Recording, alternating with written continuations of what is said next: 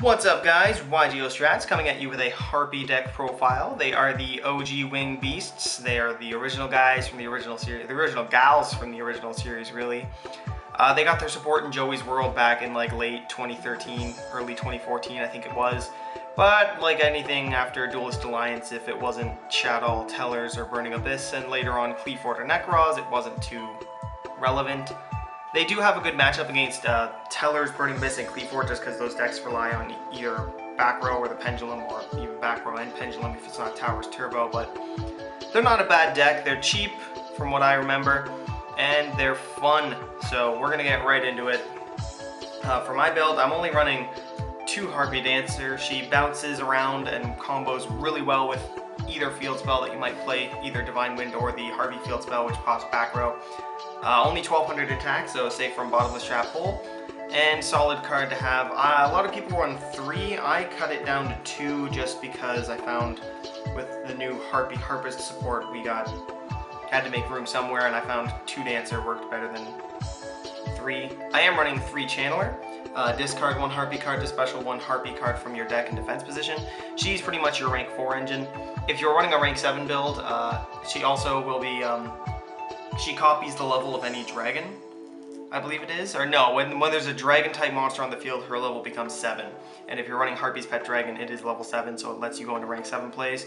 I'm not doing that because I found the rank 7 build to be way too clunky. The dead draws were way too real in it, so I'm not doing that at all. But yeah, solid 14, and like I said, it's just a rank 4 spam, and is our key target to search with Harpie Harpist. I'm running 3 Harpie Queen, 19 beat stick, and searches the field spell, so 2 good things in 1 card. I love it. So if you need to beat over a card, just summon it, or if you need to just, you know, search out your field spell, pop some back row, that's always an option. Running 3 copies of Harpie Harpist. She is our newest support.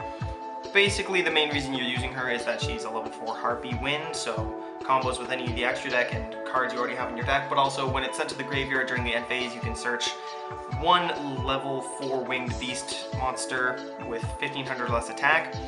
Basically, this just means that you can search out Channeler or Dancer, which is super great, and it's like Scarm, so however it gets sent to the graveyard, it searches it out, you know, detach from Exceed, discard, whatever. Finally, I'm running 3 Cyber Harpie. Cyber Harpie is just a target for Elegant Egotist. Its name is always treated as Harpie Lady, so you can only run 3 of it. I choose this one over Harpie Lady number 1, even though it does give 300 attack boost. I find the 18 base is better overall. And then finally for the monster count, 1 Zephyros the Elite for wombo combos, and 2 Summoner Monk to special summon things from the deck. And that wraps up the monster count, all rank 4. We are playing a rank 4 spam build. For the spell lineup, I'm running 3 copies of Harpie's Hunting Ground. Basically, all winged beasts gain 200 attack and defense, and whenever a Harpie is summoned, pop 1 spell and trap card on the field. If this is the only spell and trap on the field, it will pop this, but it combos pretty well with all the other cards, and like I said, with the spamming you can do with Harpies, thanks to Harpist and Channeler, you can, and you know, Dancer, summon it, bounce it, you pop, like, you can end up doing 3 or 4 if your opponent's back row in 1 turn. I'm also running 1 copy of Divine Wind because it's Divine Wind. It's just fantastic. With Dancer, you end up special summoning. It makes it super easy to go into like 3 material 4s or whatever, 2 rank 4s in 1 turn. It's so easy, such a great card, definitely a 1 of. 2 Terraforming to search out either Divine Wind or the Harpie's Hunting Ground if you want to summon Harpie Queen, and it's good discard fodder for other cards that we're running. For my other ones, I'm running 3 Hysteric Sign. When it's played, add an Elegant Egotist from the deck or grave to the hand.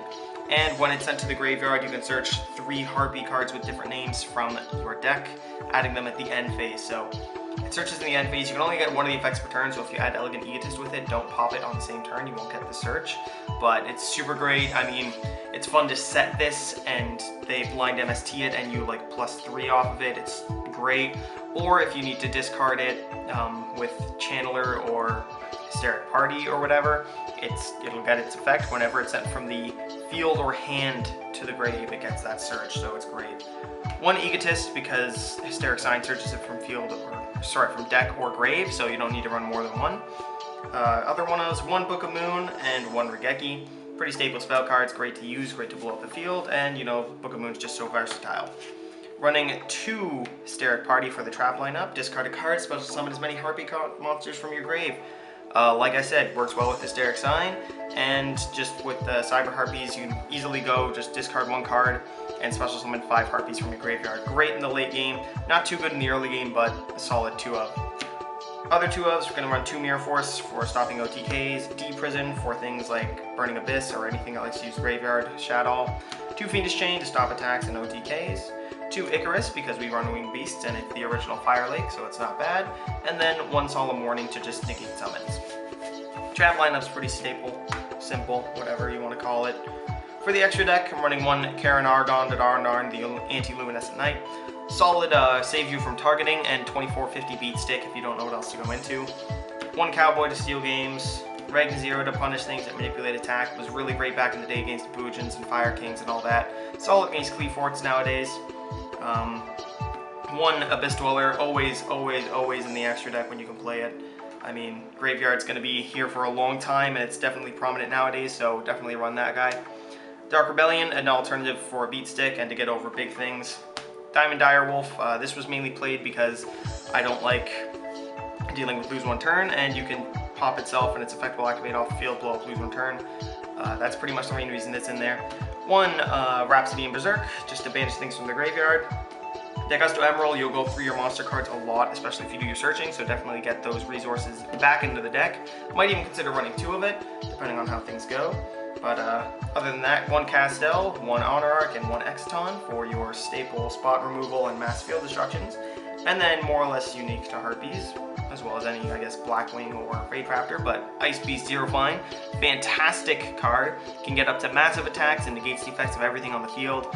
I found this helpful for getting over Yazzie because now I can target him because it's non-targeted negation, and then he can't be targeted because that's his effect, so that's great, and it gains 300 attack for each face-up card that it negates. Or it negates all your opponent's cards and gains 300 attack for each face-up card on the field, excluding itself, and with Hysteric Sign and all that and your opponent's monsters, it can get up super high, no problem. 1 Harpie's Pet Phantasmal Dragon, just because it can't be targeted or attacked by any Harpie monster actually can't be targeted or attacked by an opponent's monster while it has materials. 2000 attack. You can usually get 6000 attack if they don't find a way to get rid of it soon enough. And then I'm running 2 Lightning Chuds, 2 Lightning Chidori, because he's one of the best rank 4s in the game in my opinion, and we have access to 2 level 4 wins out the ass, so it's just so easy to go into. This is the bane of Burning Abyss, it's the bane of Shadow. It spins away the set card, puts it on the bottom of the deck, and then detach and target 1 face-up card and put it on the top of the deck. So not only are you getting rid of their monster if it's like an extra deck, but if you put like a trap card that they're not really like able to use actively, like a Yangzing Creation or Path or something, you can put it on top of the deck so they have to top deck into that next turn. It can just be really helpful, especially with a monster. Like if you spin a level 5 monster or something and they don't have an easy way to get it out, it's top decking into it can be pretty much game.